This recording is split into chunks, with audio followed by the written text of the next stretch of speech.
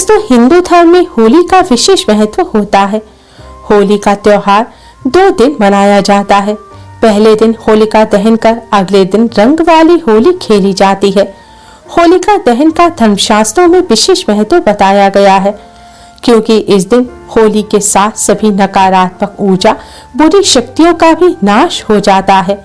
इसलिए होलिका दहन के दिन होली पूजन का विशेष महत्व होता है। आज हम आपको कुछ ऐसी चीजों के बारे में बताने जा रहे हैं जिसे होलिका दहन के दिन होली में भूल कर भी नहीं चढ़ाना चाहिए, वरना घर परिवार पर संकट आ जाता है, गरीबी और दरिद्रता का सामना करना पड़ता है। धर्मशास्त्रों में होलिका दहन का विशेष महत्व होता है, जो कि इस बार 24 मार्च को है। इसी दिन चंद्र ग्रहण भी लगने जा रहा है।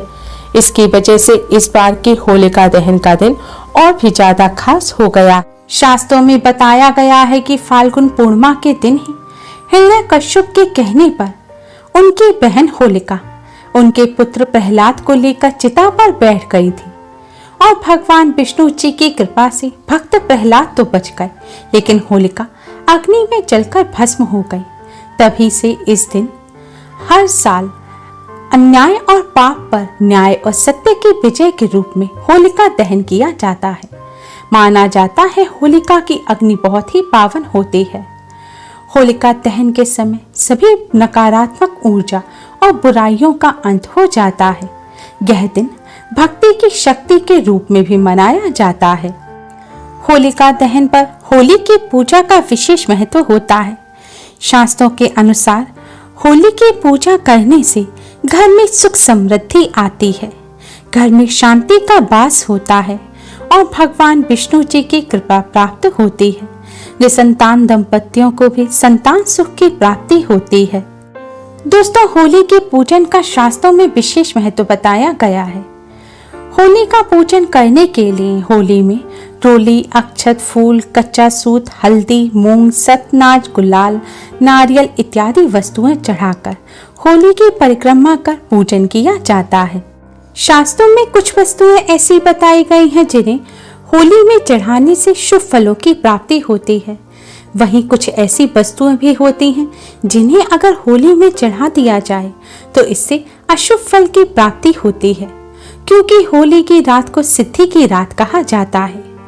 होली की रात सकारात्मक और नकारात्मक दोनों तरह की ऊर्जाएं बहुत ही ज्यादा हावी रहती हैं। शुभ कार्य करने वाले लोगों को शुभ फलों की प्राप्ति होती है और जाने अनजाने गलत कार्य करने वाले लोगों पर नकारात्मक ऊर्जा हावी हो जाती है। होली में सही वस्तुएं चढ़ाने से नकारात्मक ऊर्जा नष्ट होती है और घर में सुख समृद्धि आती है। वहीं कुछ ऐसी वस्तुएं हैं जिन्हें अगर होली में चढ़ा दिया जाए तो उससे सकारात्मक ऊर्जा नष्ट हो जाती है और गरीबी और दरिद्रता गले पड़ जाती है। घर में गरीबी और दरिद्रता का वास हो जाता है। इसलिए होली में कुछ भी चढ़ाने से पहले आप इस वीडियो को एंड तक अवश्य ही देखें, जिससे अनजाने में भी आपसे कोई गलती ना हो। दोस्तों, वस्तुएं जानने से पहले आपको यह जानना आवश्यक है कि होली में आप किस समय वस्तुएं चढ़ाएं और होली का पूजन किस समय करें। होली का पूजन हमेशा होलिका दहन के दिन सूर्य उदय के बाद ही करना चाहिए और भद्रा काल के दौरान होली का पूजन भूलकर भी नहीं करना चाहिए। भद्रा काल के दौरान कोई भी वस्तु होली में नहीं चढ़ानी चाहिए। इस बार भद्रा काल 24 मार्च की सुबह 9:55 पर शुरू होकर रात 11:13 पर समाप्त होगा। इसी के बाद होलिका दहन किया जाए, क्योंकि भद्रा काल ऐसा काल होता है जिसमें कोई भी शुभ कार्य भी किया जाए तो भी उसके अशुभ परिणाम ही प्राप्त होते हैं। इसलिए भद्रा काल के दौरान होली में कोई भी वस्तु ना चढ़ाएं। दोस्तों, सबसे पहली वस्तु है नारियल। अधिकतर सभी लोग होली में नारियल चढ़ाते हैं। नारियल को शास्त्रों में श्री फल कहा जाता है, यानी कि माँ लक्ष्मी जी का फल। होली में नारियल चढ़ाने से घर में सुख समृद्धि आती है, कर्ज भी जल्दी उतर जाता है, आर्थिक संकट का सामना नहीं करना पड़ता। लेकिन अगर आपने गलत तरह से गलत नारियल होली में चढ़ा दिया तो आपको धन की हानि का सामना करना पड़ेगा। धन संबंधी समस्याएं लगातार बनी रहेंगी। दोस्तों, तीन तरह के नारियल आते हैं, एक पानी वाला नारियल, एक बिना छिलके वाला नारियल, सूखा नारियल जिसे गोला भी कहा जाता है, और एक होता है जटा वाला नारियल। तो होली में हमेशा जटा वाला सूखा नारियल चढ़ाएं। और नारियल खरीदते समय आपको इस बात का भी विशेष ध्यान रखना है कि नारियल को लेकर आपको हिलाना है। हिलाने पर अगर नारियल में आवाज आती है यानी कि उसके अंदर गिरी है, तो आपको वही नारियल होली में चढ़ाना है, क्योंकि यही नारियल पूर्ण माना जाता है।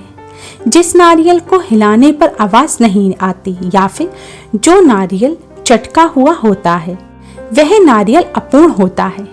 उस नारियल को होली में चढ़ाने से शुभ फलों की बजाय अशुभ फल की प्राप्ति होती है, क्योंकि नारियल को पूर्णता का प्रतीक माना जाता है। इसलिए सदैव होली में साबुत जटा वाला गिरी वाला नारियल ही चढ़ाएं।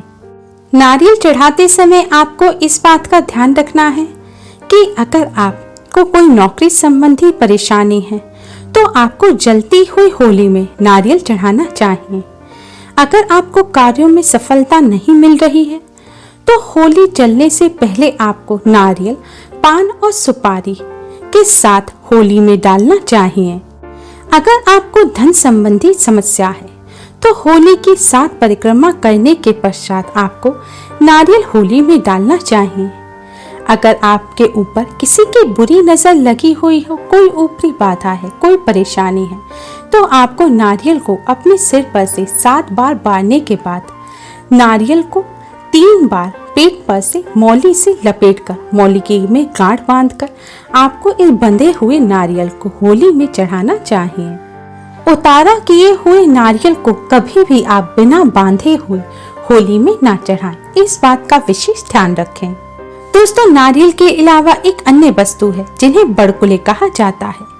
ये हम सभी होली में अवश्य ही चढ़ाते हैं। गोबर के राउंड सर्कल बनाए जाते हैं जिनमें छेद होता है। ऐसे ही खिलौने, चांद तारे भी बनाए जाते हैं। इन सभी को सूखने के बाद मौली में डालकर एक माला बनाई जाती है और इस माला को होली पर चढ़ाया जाता है।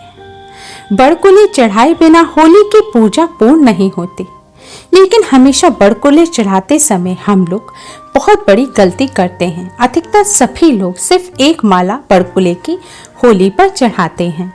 अगर आप भी ऐसा करते हैं तो आगे से भूल कर भी ऐसी गलती ना करें, क्योंकि हमेशा बड़कुले की 4 मालाएं चढ़ानी चाहिए और यह मालाएं परिवार के मुखिया को चढ़ानी चाहिए।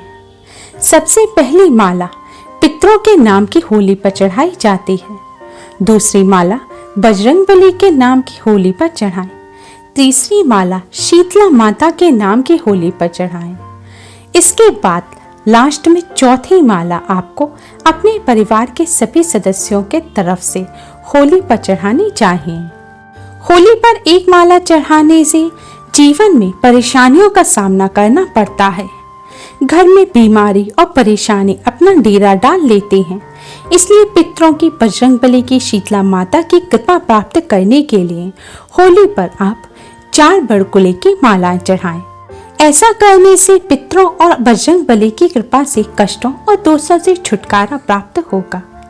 साथ ही शीतला माता की कृपा से घर में किसी प्रकार की कोई बीमारी नहीं आएगी। 230वीं चीज है कच्चा सूत। होली की परिक्रमा करते समय होली पर सदैव कच्चा सूत बांधना चाहिए। अधिकतर लोग रील, जो सिलाई वाली रील होती है, उसके धागे को होली पर बांधने लग जाते हैं। ऐसा भूलकर भी नहीं करना चाहिए। होली पर सदैव कच्चा सूत बांधना चाहिए। होली की 3 या 7 परिक्रमा करनी चाहिए और 3 या 7 परिक्रमा करते समय आपको 3 बार या 7 बार कच्चा सूत होली पर लपेटना चाहिए।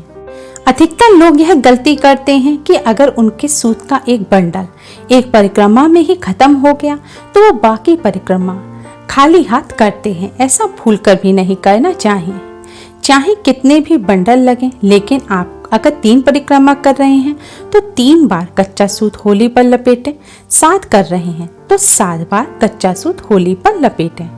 परिक्रमा करते समय भी आप इस बात का ध्यान रखें कि कई लोग कुछ टोने टोटके के लिए होली की उल्टी परिक्रमा करते हैं। ऐसा भूल कर भी ना करें।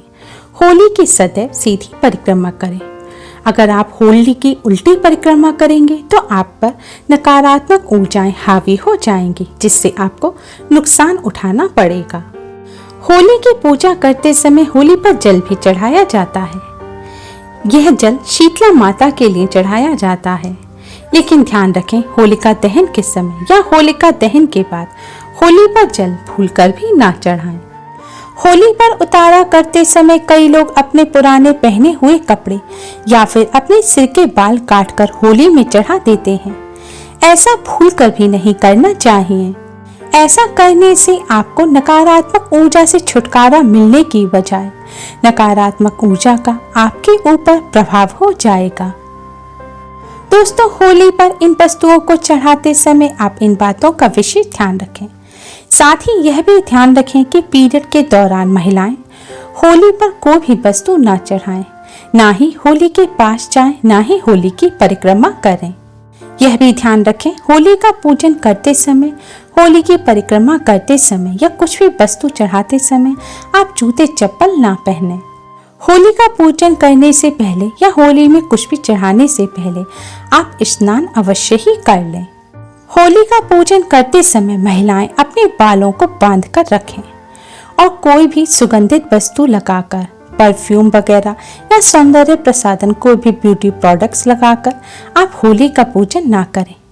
होली का पूजन सादगी के साथ करें, क्योंकि होली के दिन सकारात्मक ऊर्जाओं के साथ ही नकारात्मक ऊर्जाओं का प्रभाव भी बहुत ज्यादा रहता है और नकारात्मक ऊर्जाएं खुशबू पर या फिर सौंदर्य प्रसाधन पर बहुत जल्दी आकर्षित होते हैं।